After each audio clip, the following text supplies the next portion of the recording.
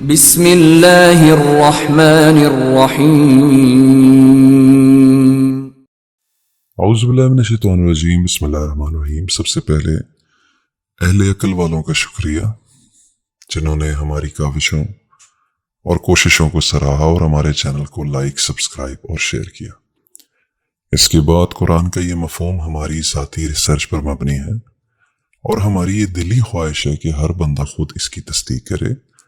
اور حقیقت سے آشنا ہونے کی بذات خود کوشش کرے۔ ہمارا مقصد صرف اور صرف قرآن کا اصل مفہوم آپ کے سامنے پیش کرنا ہے، جو کہ در حقیقت قرآن کا کھویا ہوا مقام ہے۔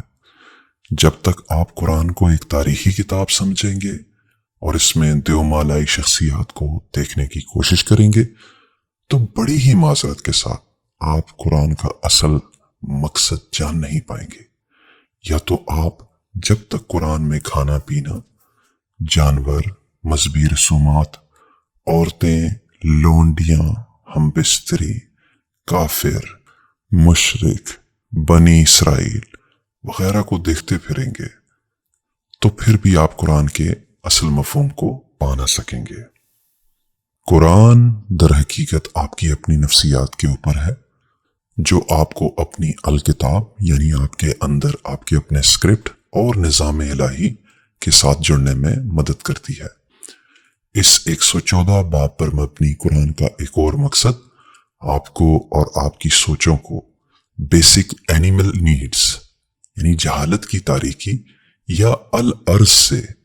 سماوات تک یعنی شعور کی روشنیوں کی طرف لے جانا ہے۔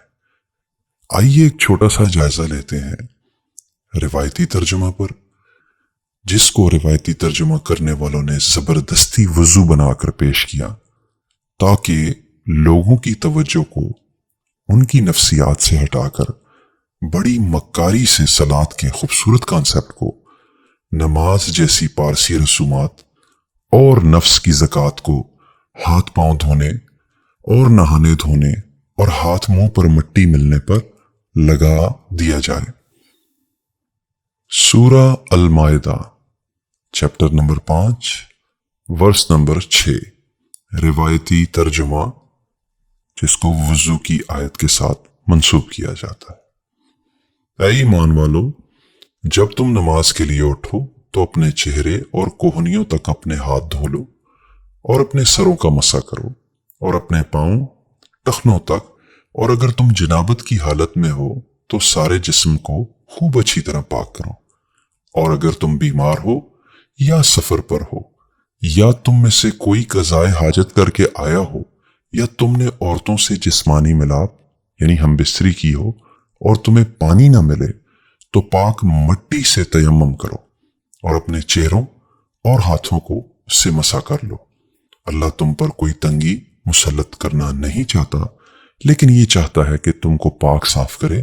اور یہ کہ تم پر اپنی نعمت تمام کر دے تاکہ تم شکر گزار بنو۔ اب عقل والوں سے سوال کرتا ہوں کہ فرض کرو کہ ہم ایک لمحہ کے لیے اسی کو طہارت مان لیتے ہیں، جو وضو ایز اٹ از اس ٹرانسلیشن کو لے لیتے ہیں، تو یہاں پر تو وضو کے 4 فرائض پیش کیے گئے، تو آج کا مسلمان 4 کے بجائے 7 سے 8 سٹیپس کیوں کر رہا ہے؟ کیا یہ سراسر قرآن کے خلاف نہیں؟ میرا ایک اور سوال ہے آپ سے، کیا اس وقت کے عرب نہانے دھونے اور منہ ہاتھ دھونے جیسی بنیادی صفائی سے اس حد تک ناواقف تھے کہ اللہ تعالیٰ کو قرآن جیسی کتاب میں انہیں سمجھانا پڑا؟ کیا پوری انسانیت کے لیے ایک امن اور سلامتی کا پیغام دینے والی ڈیوائن 114 چیپٹرز کی کتاب صرف اور صرف غسل جنابت کرنے، عورتوں سے ہم بستری کرنے، پانی اور مٹی وغیرہ جیسے بیسک کانسیپٹ پر اتنا فوکس کر رہی ہے؟ اور اگر آپ پچھلی آیات جو ہم نے سورہ مائدہ کی 3 میں لاسٹ اپنی سیریز کے اندر بیان کی تھی، جو کہ اگر آپ روایتی ترجمہ دیکھیں تو جانوروں کے کھانے پینے اور شکار وغیرہ پر، ایسی چیزوں پر جو بیسک نیڈز ہیں اس پر دین کو مکمل کیا جا رہا ہے۔ کیا یہ اتنی بڑی کتاب کے ساتھ انصاف ہے؟ یہ سوال میں آپ پر چھوڑتا ہوں۔ اسی لیے اس آیت کا درست یا قریب ترین مفہوم عربی لغت کی نامور کتب جیسے قاموس اور لیکسیکن لین کو مد نظر رکھ کر کیا گیا ہے۔ ملاحظہ فرمائیے۔ بسم اللہ الرحمن الرحیم يا أيها الذين آمنوا إذا قمتم إلى الصلاة فاغسلوا وجوهكم وأيديكم إلى المرافق وامسحوا برؤوسكم وأرجلكم إلى الكعبين وإن كنتم جنبا فاطهروا وإن كنتم مرضى أو على سفر أو جاء أحد منكم من الغائط أو لامستم النساء فلم تجدوا ماء فتيمموا صعيدا طيبا فامسحوا بوجوهكم وأيديكم منه ما يريد الله ليجعل عليكم من حرج ولكن يريد ليطهركم وليتم نعمته عليكم لعلكم تشكرون اب پیش خدمت ہے آپ کے سامنے اہل عقل کا مفہوم جو کہ انٹینس ریسرچ کے بعد پیش کیا گیا۔ اے ایمان والو، جب تم اپنے رب سے رابطے کے سلسلے کو قائم کرو تو تب اپنی توجہ یعنی فوکس کو صاف کرنے کی تیاری کرو اور اپنے اندر کی وسائل کو یہاں تک کہ یہ تمہارے حقیقی معنوں میں ساتھی بن جائے اور بغیر کسی اور سہارے کے اپنی اعلیٰ ترین قابلیت یعنی سوچنے کی صلاحیت کو بذات خود بروئے کار لاتے ہوئے